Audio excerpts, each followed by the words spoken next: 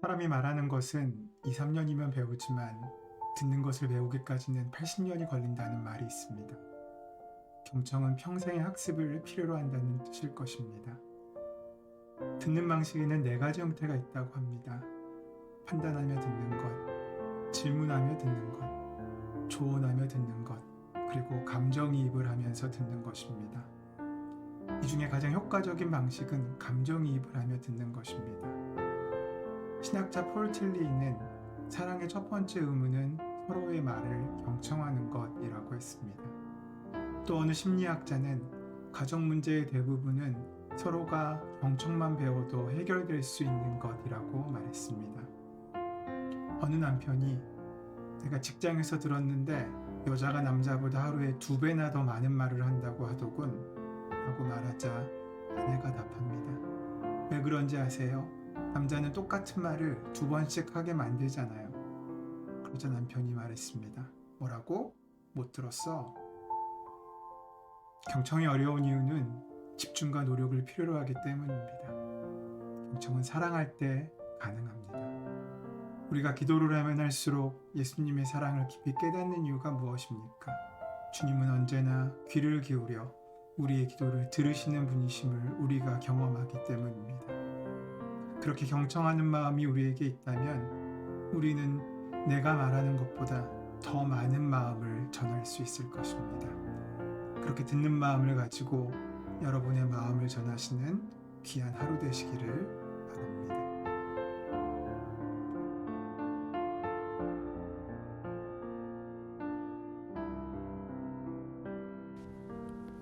마태복음 17장 1절에서 8절 말씀. 엿새 후에 예수께서 베드로와 야고보와 그 형제 요한을 데리고 따로 높은 산에 올라가셨더니 그들 앞에서 변형되사 그 얼굴이 해같이 빛나며 옷이 빛과 같이 희어졌더라.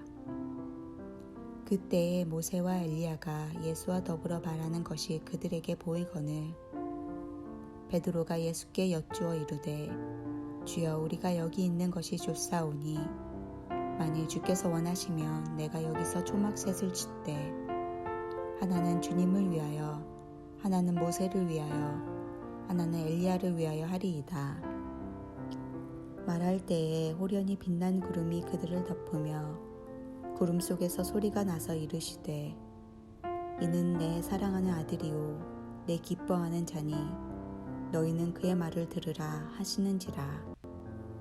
제자들이 듣고 엎드려 심히 두려워하니 예수께서 나와 그들에게 손을 대시며 이르시되 일어나라 두려워하지 말라 하시니 제자들이 눈을 들고 보매 오직 예수 외에는 아무도 보이지 아니하더라.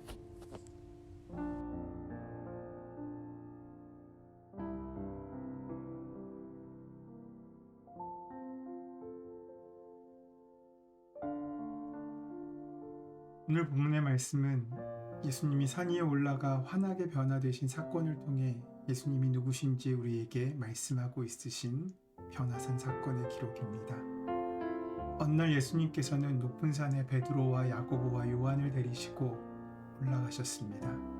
그리고 그들이 보는 앞에서 그 모습을 변화되셨습니다. 그의 얼굴은 해같이 빛났고 옷은 빛과 같이 희게 되었습니다. 제자들은 그 놀라운 광경에 압도당했을 겁니다. 그런데 호련히 모세와 엘리야가 나타나더니 예수님과 말씀을 나누었습니다. 그 모습을 보고 베드로는 말합니다. 주님, 우리가 여기 있는 것이 좋겠습니다.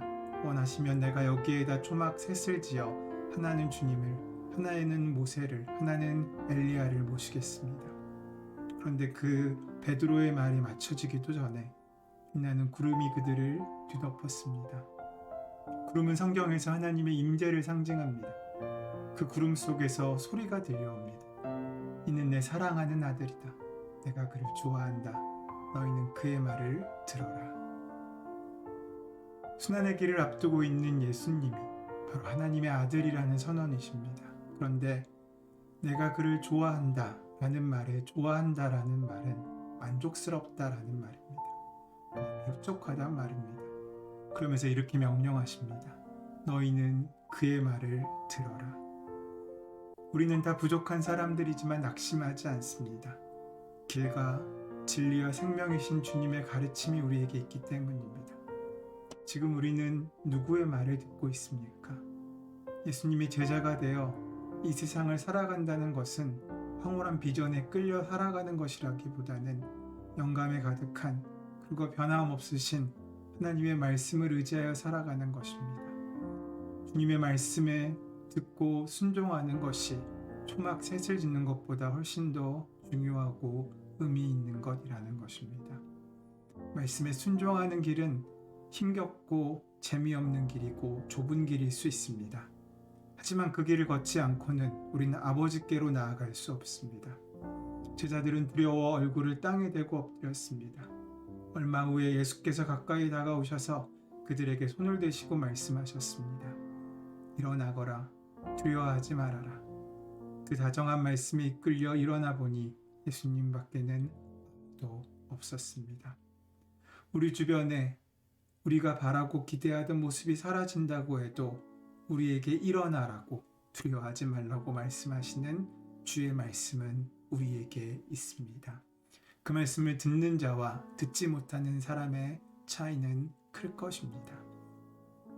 영성적인 경청은 나를 잊고 대상에 몰입해서 바라보는 사랑의 태도를 말합니다.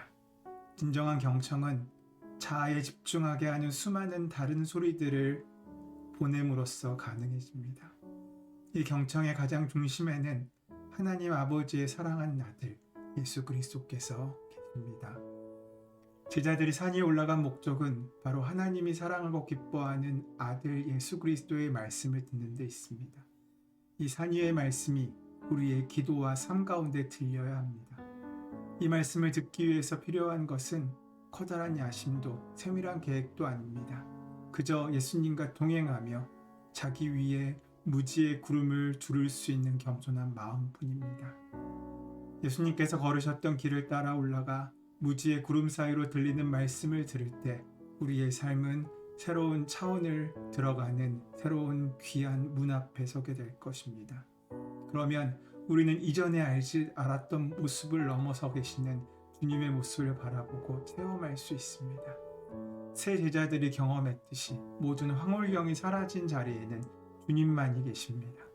이제 남은 일은 주님과 함께 세상 가운데로 다시 내려가는 것입니다. 거룩한 여정으로만 끝나는 삶은 바람직한 삶이 아닙니다. 신앙의 체험은 반드시 삶의 한가운데로 돌아올 때 의미가 있습니다. 거룩함을 체험할 수 있는 기도의 시간, 예배의 시간, 아니면 오늘 본문처럼 분주한 세속을 떠난 산 위에서의 체험, 이것은 반드시 필요한 것이지만 그것이 우리의 전부이고 우리의 목적일 수 없습니다.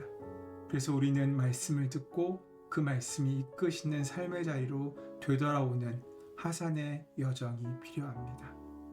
오늘 하루를 시작하기 전 주님과 함께 변화산에 올라 주님이 누구신지를 바로 바라보십시오. 그리고 우리에게 요구되는 십자가가 있다면 기쁜 마음으로 지고 가십시오. 오늘 그렇게 거룩한 가운데 주님의 말씀을 듣는 하루가 되시기를 바랍니다. 그리고 그 말씀을 가지고 삶의 한가운데서 주님의 말씀을 듣고 전하는 우리가 되기를 소원합니다.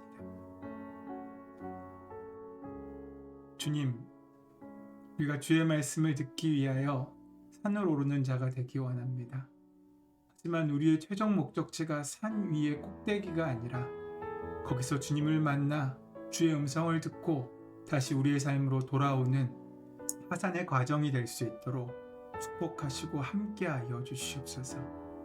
황홀하고 바라고 기대하던 무덤이 사라졌을 때에도 우리와 함께하시는 주의 음성을 겸손하게 경청하게 하여 주시옵고 그 음성에 귀 기울이는 하루 될 수 있도록 인도하시고 역사하여 주시옵소서. 주님께서 은혜로 함께하실 줄 믿사오며 감사함의 예수님의 이름으로 기도드립니다.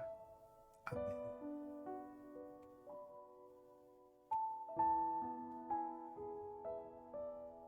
우리 함께 주신 말씀의 은혜를 가지고 그 말씀을 우리의 마음의 중심 가운데 삶의 중심에 심을 수 있도록 말씀을 기억하고 묵상하며 기도함으로 하루를 시작하시기 소원합니다. 함께 기도함으로 주님께 나아가겠습니다.